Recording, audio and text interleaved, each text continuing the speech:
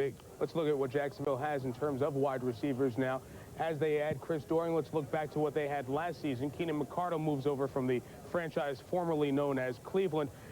They've got Desmond Howard as an unrestricted free agent, and you would probably believe Desmond's not going to come back to that situation. With Jacksonville and a quarterback like Mark Brunell, what do you need to do when you're looking for wide receivers and adding them?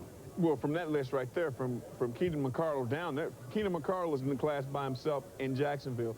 They don't like, the rest of the guys haven't done anything or haven't shown that they can get the job done. So Chris Doering has an excellent opportunity to come in and be the #2 guy in that offense. I think right now what they have to do is find some guys, big hitters, that can take it to the house. Bring in Chris Fowler and the host of College Game Day, several trips down to Gainesville, and get to know a guy like Chris Doering, who really is a special individual story, Chris, and inspiration for the kids who aren't good enough to get that first look when they're coming out of high school.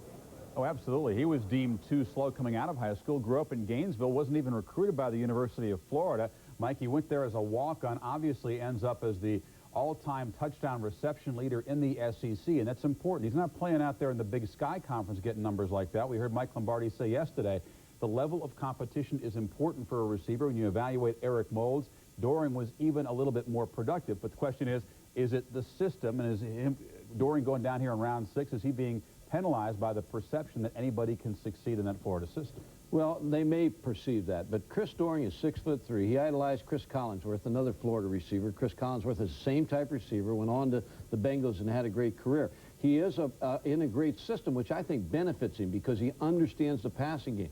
And everybody talks about 40 time, 40 time, 40 time. It's players that can run in pads, and this guy can run in pads. He makes plays. He's a good receiver. He has a feel for the offense. Wasn't even really invited to a college all-star game to show what he could do until very late, and he claims he's much faster in a football suit than some guys who may be faster than he is on a track. But in all the highlights we looked at Chris Doering, you didn't see a guy play right up on him and jam him and give him the kind of coverage he may get in the NFL. When you're lined up in that spread offense that Florida has, you don't have a DB right over you. Is that a concern, him beating a jam and getting open? Nebraska used that kind of defense very successfully against the Gators in the Fiesta Bowl. Well, Nebraska is a couple things. Number one, they blitzed Florida and overloaded one side and had some success with them. And Nebraska also had some pretty good defensive backs that could match up pretty well. But I think Chris Doering will get off the ball, and he'll get off well, and he'll have a feel in an offense. But he will face some good DBs in the NFL as well. We wish him the best of luck. He goes, what, about an hour and a half down the road from Gainesville to Jacksonville. Well, Willie Jackson, his former college teammate, is there, as you saw. Mike? Chris, 3 Florida players have been taken in this 6th round of the draft, along with Chris Doering. Reggie Green, the offensive guard, went to Seattle earlier, and earlier in the round at pick 172 overall, Dexter Daniels, the linebacker, was taken by the Baltimore Ravens. 3 players from Pitt have also been taken in this 6th round alone. There's a sad note from the world of sports to pass along to you during our draft coverage this afternoon. Any of us who are NFL fans remember watching the NFL Today on CBS, and part of that cast of characters gave it personality. Jimmy the Greek Snyder has passed away. Jimmy the Greek Snyder died at 5 a.m. local time in Las Vegas from heart failure. Jimmy the Greek Snyder was age 77.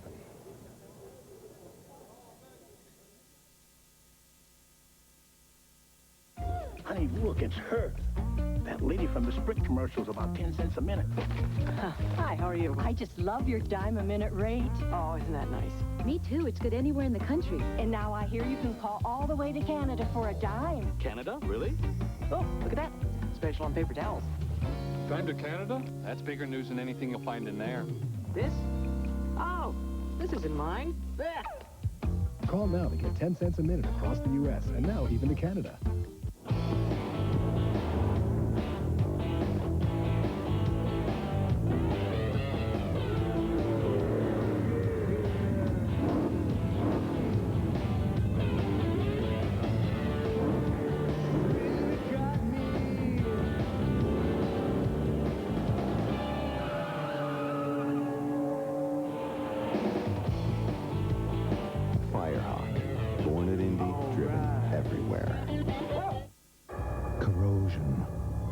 Attack your engine from the inside, bringing it to a grinding halt.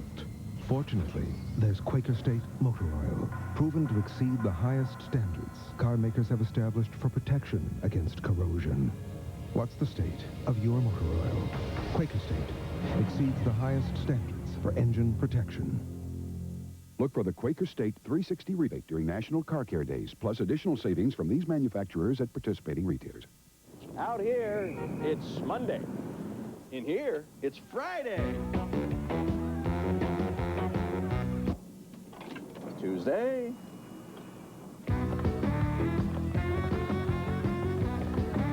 Friday. Wednesday.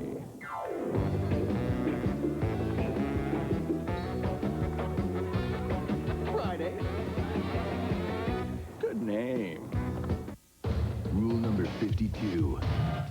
Face off. Rule number 62.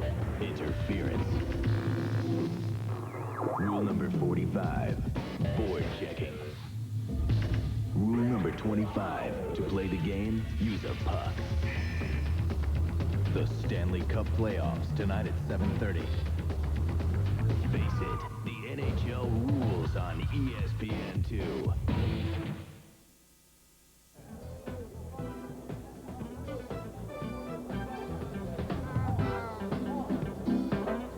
The Draft Dodgers continue to entertain at the corner of 31st and 8th outside the theater at Madison Square Garden in New York as we continue with our live coverage of the NFL Draft here on ESPN2. The Baltimore Ravens, their story continues to be told. And Sal Palantonio, as we bring you in, I just want to jump ahead and ask you a question. What was the reaction like after that first real impact player-wise in Baltimore down there?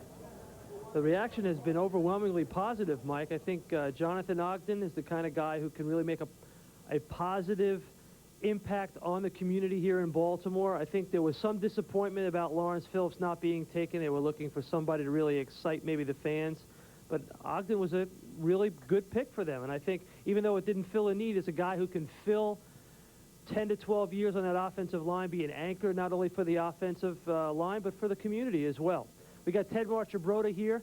He's the head coach of the Ravens. Before, Art Modell was talking about selling new seats to the new stadium, PSLs, as well as season tickets to Memorial Stadium for 2 years where the Baltimore Ravens will play. Let's find out what kind of team they're going to have. Can you tell us what kind of team you're going to have with the Baltimore Ravens? Well, I think so. I think we have a good football team here. They were 11-5 2 years ago, 5-11 last year, and I think it's a football team that's closer to 11-5 rather than 5-11, and I think we have a club that can win and win immediately. Now you're going to play a base 4-3 on defense. Explain what your plans are. Well, we're going 4-3 because of the fact we feel that's what our team is best suited for. We feel one of the strengths of the football team is the defensive lineman, and we want to go with the 4-3 rather than go with the 4-3. Now, the other area that we need some help, and we hope we get help through the draft, was the linebacker position. Now, you said you were going to go no huddle a lot on offense. Vinny Testaverde doesn't have a lot of experience with that.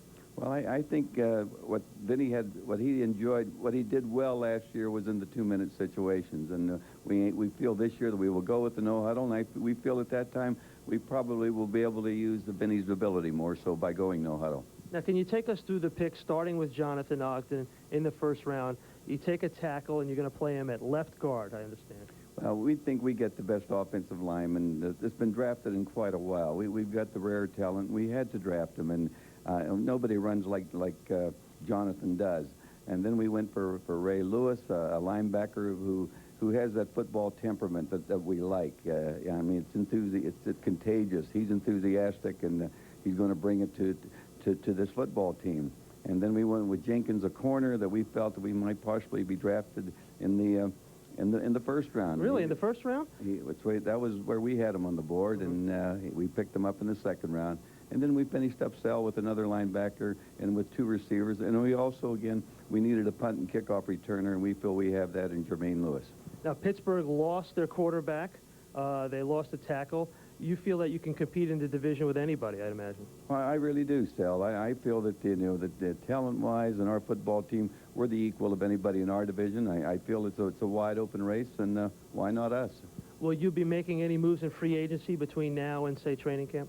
I think there's a strong possibility because we wanted to get a back, and we felt that after the first picks that we had, that there were no backs available that would benefit us, and why just pick a back to select a back? So we will probably be busy in the free agency for a back. Let me throw a name at you. How about Garrison Hurst? Well, no, I don't think we wouldn't go that far. We just think that the longer we wait, that there may be some fine people out there that can certainly help us, veteran people. Ted, good luck. Thanks a lot. Ted Marchibroda, let's go back to Mike.